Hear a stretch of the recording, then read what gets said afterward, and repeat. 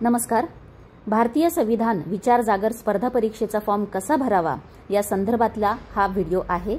सर्वप्रथम गुगलवर जाऊन www.ecisindia.com या वेबसाईटला सर्च करायचं आहे.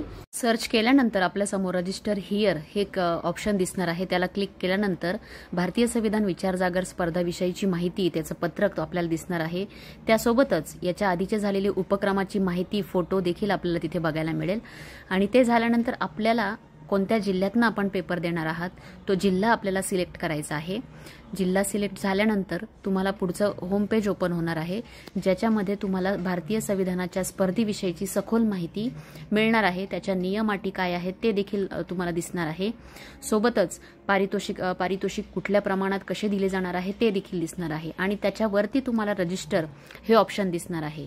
रजिस्टरवर जाऊन तिथे आपल्याला आपलं अकाउंट क्रिएट करायचं आहे.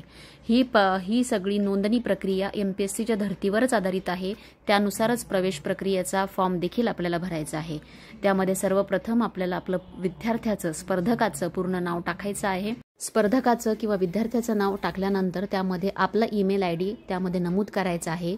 या ईमेल ID वरच पुढचे भविष्यातले स्पर्धेविषयीची जी मेसेज आहेत तुम्हाला या ईमेल ID वर आणि दिलेल्या मोबाईल नंबरवर तुमच्यापर्यंत पोहोचणार आहे.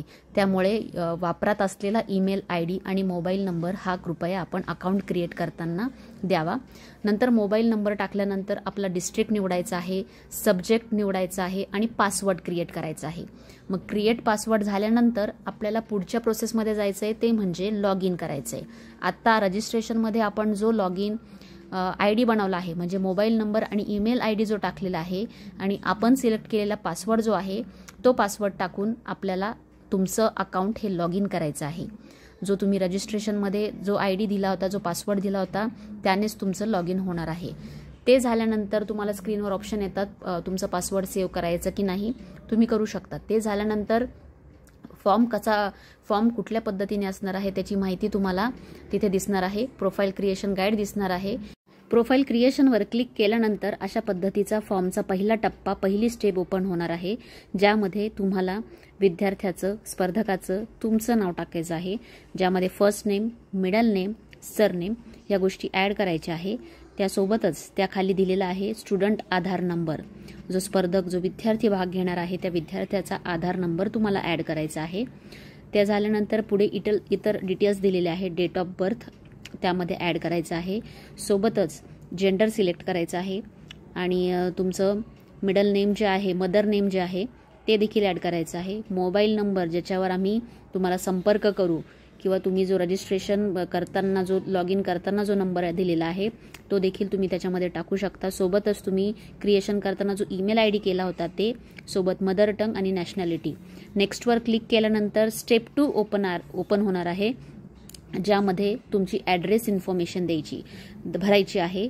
आणि ह्याच ॲड्रेस इन्फॉर्मेशनच्या आधारे आम्ही तुम्हाला संविधानाची प्रत ही घरपोच पाठवणार आहोत, बाय पोस्ट पाठवणार आहोत. त्यामुळे ॲड्रेस देताना विचारपूर्वक आणि योग्य तो लँडमार्क देऊन द्यावा, जेणेकरून पुस्तक पाठवण्यासाठी कुठलीही अडचण पोस्ट ऑफिसला येणार नाही आणि तुमचा पत्ता हा इझिली ॲक्सेसेबल राहील. त्या ॲड्रेस इन्फॉर्मेशनमध्ये तुम्हाला ॲड्रेस लाईन 1, लँडमार्क, स्टेट, परत डिस्ट्रिक्ट, तालुका, विलेज या सर्व गोष्टी ॲड करायच्या आणि महत्त्वाचं पिन कोड ॲड करायचं आहे. या सर्व गोष्टी तुम्ही अप टू डेट केल्यानंतर तुम्ही पुढे सबमिट करू शकतात. नंतर ओपन होतं ती स्टेप 3. स्टेप 3 मध्ये तुम्हाला क्वालिफिकेशन इन्फॉर्मेशन ही भरायची आहे, ज्यामध्ये स्टँडर्ड, अकॅडमिक इयर, सोबतच तुमचं डिव्हिजन, त्यानंतर school, college name, university, territory, state, school, college, taluka, district या सगळ्या गोष्टी ॲड करायच्या आहेत. आणि ज्या ठिकाणी स्टार मार्क दिलेला आहे त्या गोष्टी मॅन्डेटरी तुम्हाला भरणं गरजेचं आहे. त्यानुसार तुम्ही ते डिटेल्स भरून सबमिटवर क्लिक करायचं आहे. सबमिटवर क्लिक केल्यानंतर चौथी स्टेप ओपन होते, ती म्हणजे अपलोड फोटो अँड सिग्नेचर.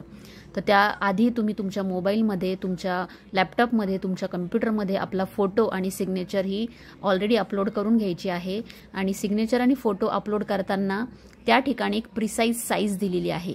त्या साईजनुसार तुम्हाला तुमचा फोटो आणि तुमची सिग्नेचर ही अपलोड करायची आहे. आता जर काही वेळेस अपलोड केल्यानंतर तुम्हाला तुमच्या डिटेल्स चेंज करायच्या असतील तुम्हाला एडिट करायचं असेल तर ते देखील ऑप्शन आपलं याच्यामध्ये आहे. जसं आता तुम्ही बघू शकतात की सिग्नेचर आणि हे अपलोड करण्याच्या आधी पुन्हा स्टेप 3 वर येऊन आपण आपलं इन्फॉर्मेशन एडिट केलेली आहे आणि त्याच्यामध्ये तुम्ही तुमच्या हिशोबाने माहिती ॲड करून पुन्हा स्टेप 4 मध्ये तुमचा फोटो आणि सिग्नेचर अपलोड करू शकतात.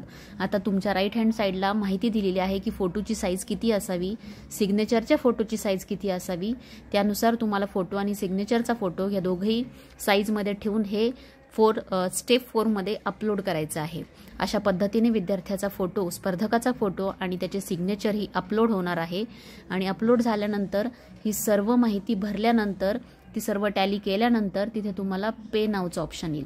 पे नावचं ऑप्शन आल्यानंतर वरती विंडोवर तुम्हाला आपल्या वेबसाईटची जी लिंक आहे ते ओके म्हणून पुढे जायचं आहे आणि इथे तुम्हाला बिलिंग ऑप्शन दिलेले आहे. जेव्हा तुम्ही पे नावचं बटन क्लिक कराल त्या ठिकाणी तुम्हाला बिलिंग ऑप्शन, त्यात credit card, debit card, net banking, wallet आणि UPI हा सगळ्याच गोष्टीने सोपा आणि सोयीस्कर मार्ग आहे. आपण QR कोड स्कॅन करून पेमेंट करू शकता और UPI ID टाकून तुम्ही देखील पेमेंट करू शकतात. अशा सगळ्या प्रकारचे पेमेंट ऑप्शन ओपन केलेले आहे आणि अशा पद्धतीने तुमचा फॉर्म फिल होईल. भारतीय संविधान विचार जागर स्पर्धा परीक्षेमध्ये आपलं स्वागत आहे. संविधानाची जाण, समृद्ध राष्ट्र निर्माण.